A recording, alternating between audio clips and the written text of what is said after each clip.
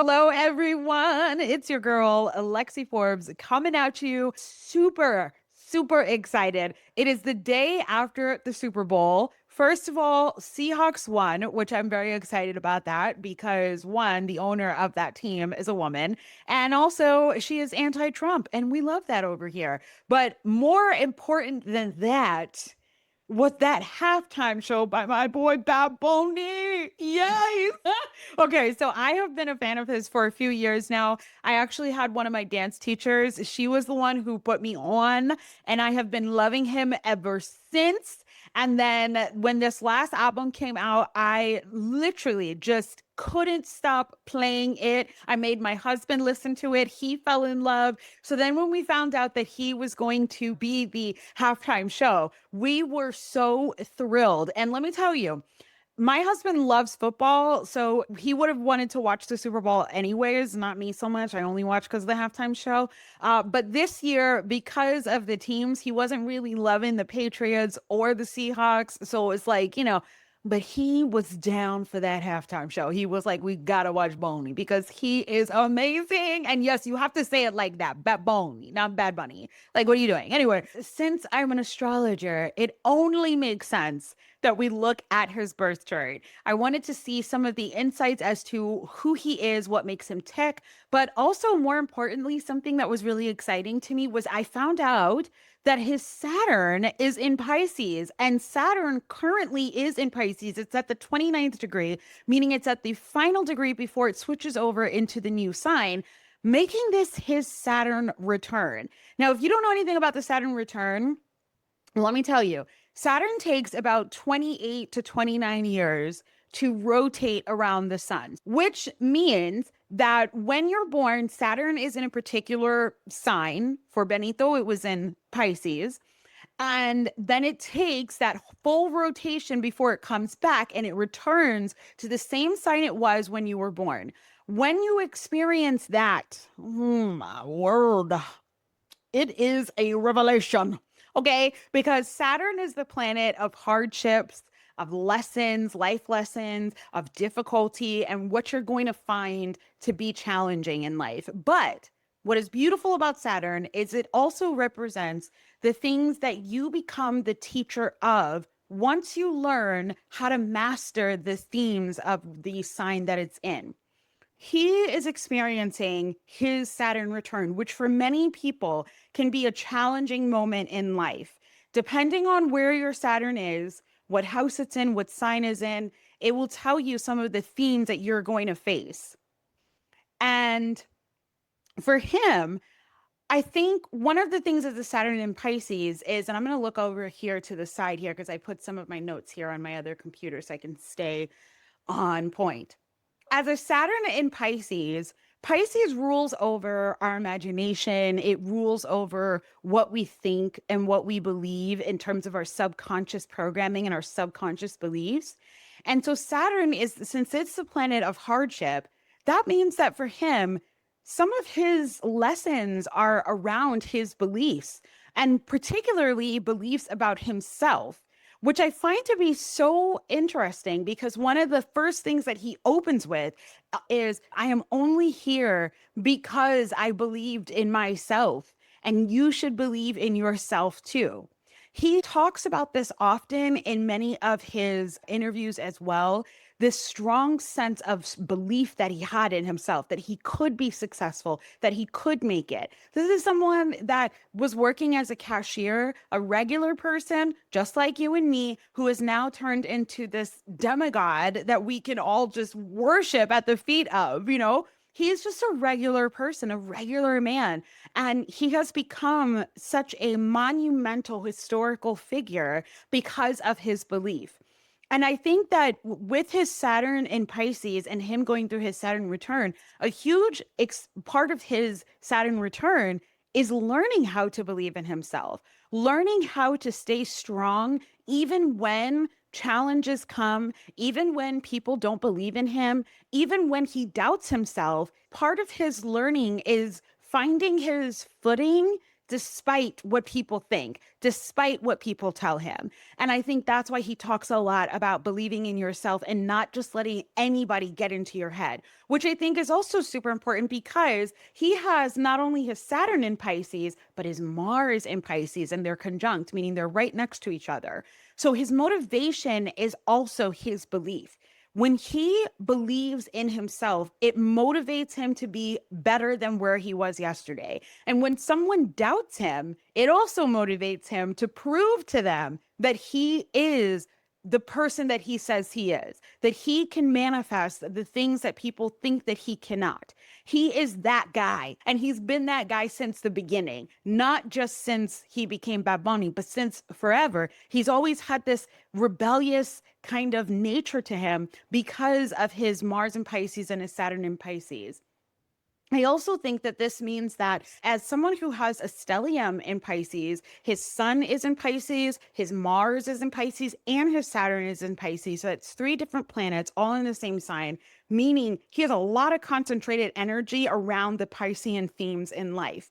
For him, I think that also manifests in his ability to be so emotionally in touch with music, with art, with his feelings and his emotions. He's a sensitive soul. And not just because of that stellium, but he also has a stellium in Scorpio, the other water sign. He has a North Node, a Pluto, Jupiter, and Juno, which is an asteroid, all in Scorpio. And they're all retrograde as well. So that's pretty interesting as well that he was born during retrograde season. So even his Jupiter is in retrograde. So as he gets older, he will experience even more ease and more abundance. It might have been that when he was younger, he faced a lot of challenges that were unique to his experience, but as he gets older, it becomes easier. And part of his purpose is to learn how to allow the ease and not to get so stuck in how it used to be so difficult that he ends up sabotaging himself thinking that it's always going to be that difficult. This is an emotional man. And we can see that, right? We can see that in his writing, we can see that in his work. This is someone who is very in touch with his feelings, but he's also here to help you to get in touch with your feelings. Part of his experience is understanding the colors of life. He's not someone that wants to look at things through black and white lenses. He wants to see the purples and the oranges and the blues, and he wants you to see them too. He wants you to recognize how beautiful life can be with diversity and color added to it, with difference added to it, with challenge and ease, with flow and not being in flow. That's the kind of cycle that he loves to be in. One of the things that Scorpio rules over is the death and the birth cycle, the healing and the pain cycle. It's the ups and downs. It's the transformation in between it all, which I love that about Scorpio because Scorpio is not just about darkness. It's not just about death. It's not just about endings. It's also about light and beginnings and fresh starts. It's really about that transformation that happens in between the light and the dark, the up and the down, the going good and the going bad. And so for him having so much of that Scorpio in his chart and so much of that Pisces in his chart, a huge part of his purpose is teaching us that it's safe to be in the in between. Not only is it safe, but it's beautiful and it's abundant to be in the in between. So I love that he has these placements because as you can see through his life, we can see that he teaches us about beauty, about grief, about loss, but he also teaches us about fun and about enjoyment and about having a good time, right? The other thing is with Scorpio energy, so his North Node, his Pluto, his Juno, and Jupiter are all in Scorpio and they're all retrograde. Now, why I think this is very interesting in terms of how it shows up for him is his sensuality. Pisces also is a very sensual sign. It's a tactile sign. Most people don't connect Pisces with that, but I have honestly experienced looking at people that have a lot of 12th house placements or a lot of Pisces placements as people who also are very in touch with feeling, whether it be like physically touching things or being sensual and really being in touch with what life feels like, right? So with him having both that Pisces and that Scorpio placement, he oozes sexuality, right? And we see that, we see it. He has the looks and he has the vibe, the aura, as the kids say. He has the aura about him that makes him so sexy, so sensual. And again, this is what makes it so special. It's not about his sensuality or his sexuality. It's about how he makes you feel comfortable to be in your sexuality, to be in your sensuality. That's the specialness that is Benito. He doesn't just ooze sexuality for the sake of it. He's basically giving you permission to own it too. And when you listen to his music and how it makes you move your body and move your hips in particular, I mean, I don't know any girl that does not end up somehow twerking to his songs, right?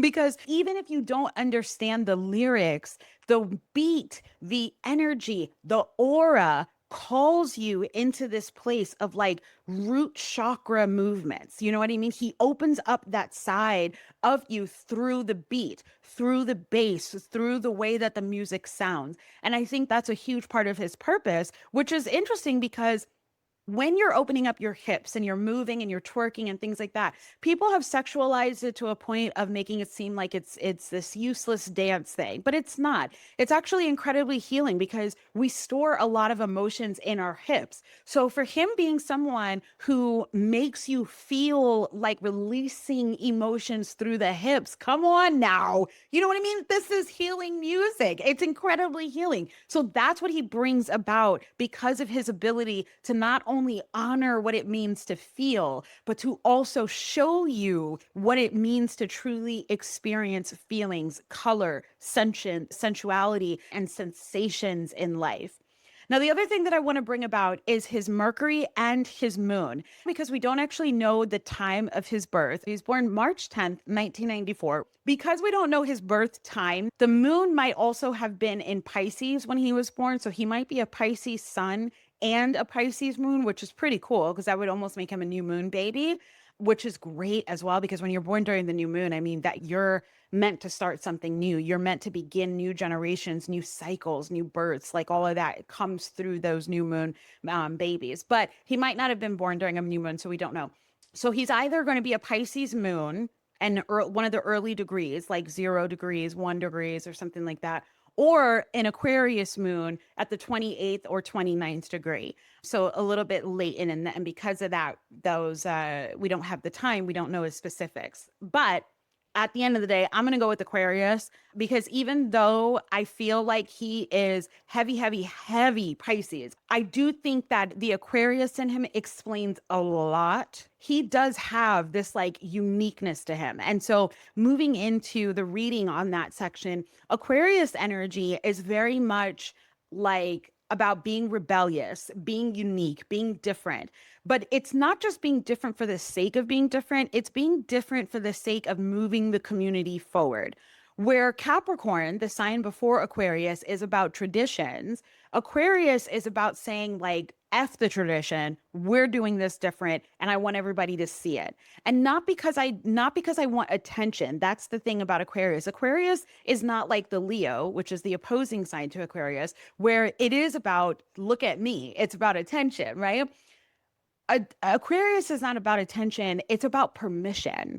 It's about letting you see what's possible by leading the way, by being the rebel, by being unique and saying, you can be this amazing, powerful leader doing it your own unique way in front of the community. You don't have to follow the traditions. You don't have to do it like everyone else. That's what Aquarius energy really has to say. And for him having a Mercury in Aquarius and a moon in Aquarius, he is someone who, when it comes to his emotions, when it comes to the way he thinks and what he speaks and how he connects with other people, his main focus is to let people know that it's safe to be different, to be unique. And we've seen that in his fashion choices. We've seen that in his love of his cultural identity as a Puerto Rican man. We see him as someone who is fully capable of saying, you do not have to conform to be successful, to be abundant, to be happy, to belong. You don't have to conform. You can actually be yourself. And that's his biggest message, right? And we see that through that Mercury in Aquarius, through that moon in Aquarius. So that's why I really want to lean into the fact that he might have that Aquarius moon. Again, it could be a Pisces moon because he still has the Mercury in Aquarius, but I do feel like pretty strongly like he has a lot of Aquarian energy in his chart. Now, the other thing that I really love about his chart, and let me actually show you a little bit of what I'm looking at here. Okay, so here we go. This is his chart here. We have that sun here in Pisces. We have that moon at the 28th degree in Aquarius. He might be a Pisces rising, but we don't actually know because we don't have his birth time. But the other thing that I wanted to touch on was his Lilith in Aries right here. Now, Lilith represents the rebel inside of us, the part of you that basically says, I am not going to listen to what everybody else is telling me that I have to do. I'm not going to conform. Aries is the first sign of the zodiac. This is the pioneer. This is the I'm going to do it my way kind of energy. And so, what I love about him having a Lilith and Aries is he's basically telling the world, I'm going to do things the way that I see fit. I'm going to show you that you can be successful doing it your way and that there's many ways that you can do it. So here's how I would do it. That is the Lilith and Aries. Lilith and Aries is very much like I am going to go to battle for my people and I am going to protect people for their best interest. I'm going to look at what makes the most sense and I'm going to honor that truth and I'm going to show up in that energy. He rebels against the norms and then he successfully proves to people that there are many ways to find happiness and to be in your purpose and that is part of his value to the world. He really redefines what it means to be a leader. The shadow side of this is he might sometimes not be willing to listen to other people. And when they have advice for how he should lead, he might challenge it unnecessarily, you know? And so as a child, he might have been a bit challenging. Like he was constantly pushing against the norms. And so that could be a good or a bad thing. But the point is that a huge part of his strength now is being someone who basically says, hey, buck the system. Let's do this the way that we want to do it. All right. And then lastly, what I want to touch on is his Jupiter in Scorpio, which is right here. Like I said, he has a stellium. We can see that all right here. He has Pluto, the North Node, Jupiter, and Juno, all in Scorpio, all in retrograde. Jupiter is the planet that tells us where you're going to experience abundance. And when you take on certain qualities, like the sign that Jupiter is in, it allows you to grow and experience life in a bigger way. So, with that being said, as a Jupiter in Scorpio, that also means that when he leans into his feelings, when he leans into his mystery, when he leans into his intuition, which is so important for everyone, but especially for Jupiter in Scorpio or Pisces, when you have those types of placements, your intuition is your bread and butter. You cannot afford to not listen to what's going on in your own heart. You have to obey that. So if that means that something is telling you, I got to leave this relationship, or I got to leave this job, or I got to move out of this town, or I got to leave this house, you've got to listen to that because your intuition is your moneymaker. It is how you're able to bring abundance into your life. And when I say moneymaker, I don't just mean physical dollars. This could mean love. It could mean friendships. It could mean opportunities and doors opening for you. In order for you to experience that, you have to listen as a Jupiter in Scorpio or a Jupiter in Pisces. You have to listen to your intuition because your intuition is so powerful. It's a major piece of healing and growth and direction for you with this placement. I'm sure there's been many things along the way that people have told him, listen, Benito, you're going to have to do this and you're going to have to do that. And you're going to have to change this in order to be accepted, in order to get the Super Bowl, in order to get the Grammy, in order to whatever, right?